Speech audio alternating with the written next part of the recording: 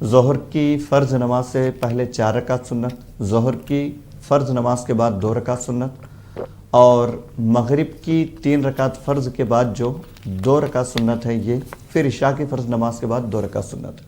یہ جو پورے دن میں 5 وقت کی نمازوں میں 12 رکعت سنتیں ہیں، اس کو سنت مؤکدہ کہتے ہیں۔ تاکید کے ساتھ ان کو پڑھنے کے لیے اور ان کی فضیلت احادیث میں آئی ہے۔ ان کے علاوہ 2 اوقات میں 4 رکعت کی نمازیں ہیں جو سنت غیر مؤکدہ ہیں، جیسے عصر سے پہلے 4 رکعت سنت، یہ سنت غیر مؤکدہ ہیں، یعنی پڑھے تو ٹھیک ہے ورنہ کوئی مسئلہ نہیں، یہ نفل کے حکم میں ہیں۔ اور عشاء کی فرض نماز سے پہلے جو 4 رکعت سنت ہیں یہ بھی سنت غیر مؤکدہ ہیں۔ تو آپ سنت غیر مؤکدہ عصر سے پہلے یا عشاء سے پہلے جب پڑھیں تو سنت غیر مؤکدہ کی نیت کریں۔ اس کے علاوہ باقی دن بھر میں جتنی سنتیں ہیں جن کا ہم نے ابھی تذکرہ کیا، یہ 12 رکعت سنتیں جب بھی پڑھیں گے تو سنت مؤکدہ کی نیت کریں گے، اور ان میں کوئی خاص تبدیلی نہیں ہے، بالکل جس طرح آپ فرض نمازیں پڑھتے ہیں ویسے ہی پڑھی جائیں گی۔ اتنا ہے کہ فرض نماز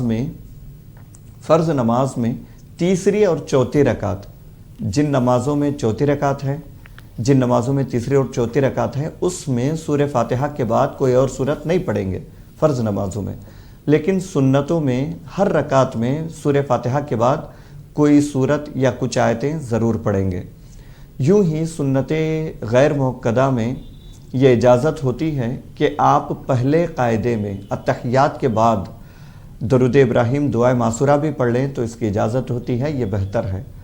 جبکہ فرض نمازوں کے متعلق سے یہ حکم ہے، قاعدے اولا میں یعنی پہلا جو قاعدہ 2 رکعت کے بعد آتا ہے، اس قاعدے میں اگر آپ نے تشہد کے علاوہ، اتحیات کے علاوہ درود ابراہیم کے 3 کلمات بھی پڑھ لیے، اللہم صلی علی محمد اتنا بھی کہہ لیا، تو آپ پر سجدہ سہو واجب ہوگا فقہ حنفی کے روح سے۔ تو بہرکیف تفصیلات اس میں کافی ہیں، جو مختصر ہے وہ میں نے بتا دیا۔ بنیادی طور پہ نماز کے طور طریقوں میں زیادہ تبدیلی نہیں ہے، صرف اتنا کہ فرض نمازوں میں تیسری چوتھی رکعت میں سورہ فاتحہ کے بعد کوئی اور سورت نہیں پڑھی جاتی، سنتوں میں وہ اس کا لحاظ رکھا جاتا ہے۔ نیت کرتے وقت مؤکدہ غیر مؤکدہ کا ارادہ کر لیں، زبان سے الفاظ ادا بھی کر دیں تو مناسب ہے۔ باقی 12 رکعت پڑھنا تاکید کے ساتھ احادیث میں آیا ہے، پڑھنا ہے، اور عشاء سے پہلے، عصر سے پہلے جو سنتیں ہیں وہ آپ موقع ملے تو پڑھنے کی کوشش کریں، یہ سنتیں ہیں۔ باقی عشاء میں 3 رکعت وطر ہے، وطر یہ واجب نماز ہے، اس کو واجب کی نیت ہی سے پڑھیں گے۔ آخر میں تیسرے رکعت میں دعائے قنوت پڑھنی ہے۔ یہ مختصر طور پہ فرض کے علاوہ جو نمازیں ہیں اس کی تفصیلات ہیں۔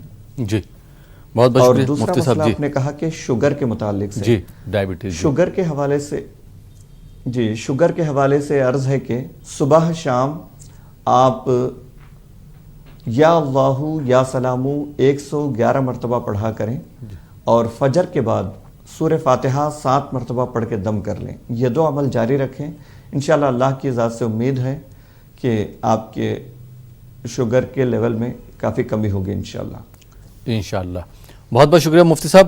آئیے ناظرین ایک اور کالر کو شامل کرتے ہیں۔ جی السلام علیکم۔ السلام علیکم۔ وعلیکم السلام۔ جی محترمہ کہاں سے بات کر رہی ہیں آپ؟ بنگلور سے بول رہی ہوں۔ جی سوال پوچھیے۔ کڈنی اسٹون ہے نا، وہ اس کے لیے یاسین، سورہ یاسین نیت کر کے پڑھ سکتے ہیں کڈنی اسٹون کے لیے؟ محترمہ تھوڑا زور سے بات کریں گی آپ؟ وہ سورہ یاسین اس کے لیے کڈنی اسٹون کے لیے نیت کر کے پڑھ سکتے ہیں کیا؟ سورہ یاسین میں تھوڑا پوچھنا ہے۔ سورہ یاسین پڑھتے نا صبح میں، تو کڈنی اسٹون ہے نا، اس کے لیے نیت کر کے پڑھ سکتے ہیں؟ ٹھیک، بہت بہت شکریہ کال کرنے کے لیے۔ جی مفتی صاحب کیا جواب دینا چاہیں گے سورہ یاسین کے بارے میں؟ انہوں نے پوچھا ہے کب پڑھ سکتے، کسی وقت بھی پڑھ سکتے کیا؟ جی دیکھیں بہن، سورہ یاسین قرآن کی تلاوت ہے یہ، اور قرآن کی تلاوت بالکل ہر وقت آپ کر سکتے ہیں، اس کے لیے کوئی خاص وقت ایسا مقرر نہیں ہے۔ جیسے نمازوں کا وقت مقرر ہے، دیگر عبادات کا، فرض عبادات کا وقت مقرر ہے، ایسے تلاوت کا کوئی خاص وقت مقرر نہیں ہے، جب چاہیں آپ قرآن کی تلاوت کر سکتے ہیں۔ بطور خاص فجر کے بعد کا جو وقت ہوتا ہے بڑا بابرکت وقت ہوتا ہے، تو عام طور پہ مسلمانوں میں رائج ہے اور یہ معمول بھی ہے کہ تلاوت فجر کے بعد ہوتی ہے، کرتے ہیں۔ اس کی ایک اہم وجہ یہ ہے کہ دن کی شروعات اللہ کے کلام پاک کی تلاوت سے ہو، اور اس میں دیگر بہت ساری برکتیں ہیں۔ فجر کے بعد پڑھنا باعث برکت ہے، باعث رحمت ہے۔ ایسا نہیں کہ صرف صبح ہی میں پڑھ سکتے ہیں، بعد میں نہیں، آپ ہر نماز کے بعد پڑھ سکتی ہیں، یا جب موقع ملے آپ پڑھ سکتی ہیں، اس کے لیے کوئی خاص وقت مقرر نہیں ہے۔ سورہ یاسین اگر آپ کسی خاص نیت سے پڑھنا چاہیں تو وہ بھی، اس کی بھی اجازت ہے، کسی خاص ارادے کے لیے کسی خاص نیت کر کے آپ مطلب میرا فلاں کام ہو جائے، اس ارادے سے بھی سورہ یاسین شریف پڑھ سکتے ہیں، اس کے بعد دعا کر سکتے ہیں۔ اللہ کی رحمت سے امید ہے جس نیت سے آپ پڑھیں گی اللہ تعالیٰ سورہ یاسین کی برکت سے اس کو ضرور پورا کرے گا۔ جی انشاءاللہ، بہت بہت شکریہ مفتی صاحب۔ آئیے ناظرین ایک اور کالر کو شامل کرتے ہیں۔ جی السلام علیکم۔ وعلیکم السلام۔ جی محترمہ کہاں سے بات کر رہی ہیں؟ کرناٹک سے بات کر رہے تھے۔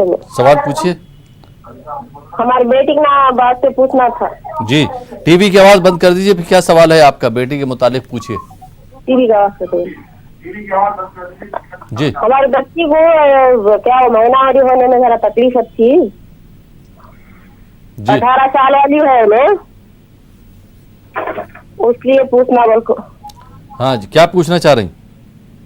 وہ ویٹ بھی بہت جاتا ہے اس کو، بہت کمزور ہے انہیں، جی اس لیے اس کو کیا دعا بولتے کیا ٹھیک ہمارے کو بھی بہت تکلیف ہے، جی ذرا آگ میں پاؤں ہاتھوں میں بہت درد رہتا۔ ٹھیک، بہت بہت شکریہ کال کرنے کے لیے۔ جی مفتی صاحب کیا رہنمائی فرمائیں گے آپ محترمہ کی؟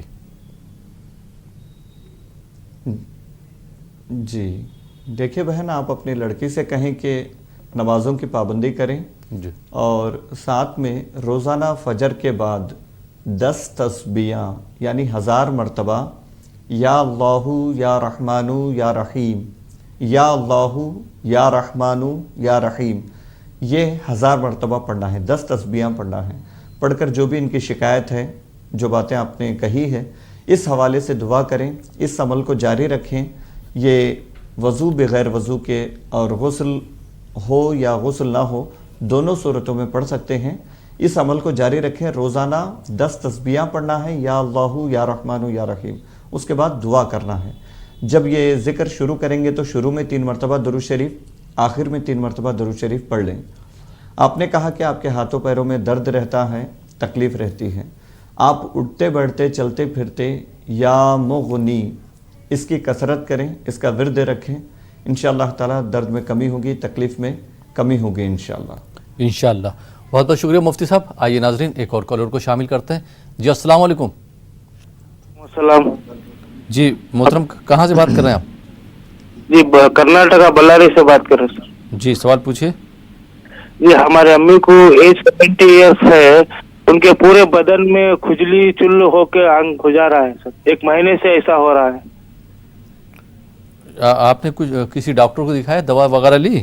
سبھی دکھایا، دوا بھی بتائے، ٹوب بھی لگا لیے، کچھ کم نہیں ہو رہا ہے، ایسا ہی بڑھتی ہی جا رہی ہے۔ پورے بدن میں کھجلی ہے یا پوری بدن کھجلی ہے؟ پورے بدن میں کھجلی اور سوجن بھی ہے۔ والدہ صاحبہ کی عمر کیا ہے؟ 70 ایئرس ہے، 70 سال ہے۔ جی 1 مہینے سے شکایت دیجیے نا؟ جی جی ہاں، جی ہاں۔ ٹھیک ہے، بہت بہت شکریہ بیلاری سے کال کرنے کے لیے۔ جی مفتی صاحب بھائی کی کس طرح سے رہنمائی فرمائیں گے؟ انہوں نے جو والدہ صاحبہ کے سلسلے میں سوال کیا کہ ان کے کھجلی بھی ہے، سوجن بھی ہے، اور تقریباً یہ شکایت 1 ماہ سے ہے۔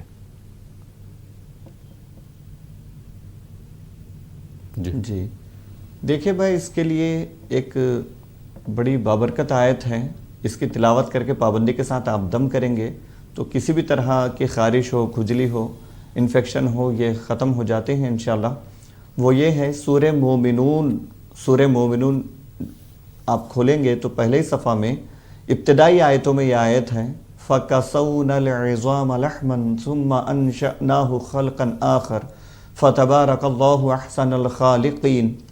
یہ جو آیت پاک ہے اس کو آپ 7 مرتبہ ہر نماز کے بعد پڑھ کر آپ کے والدہ کے بدن پہ دم کریں، پانی پر دم کر کے پانی پلائیں، اور ان کی شفا یابی کے لیے آپ دعا کریں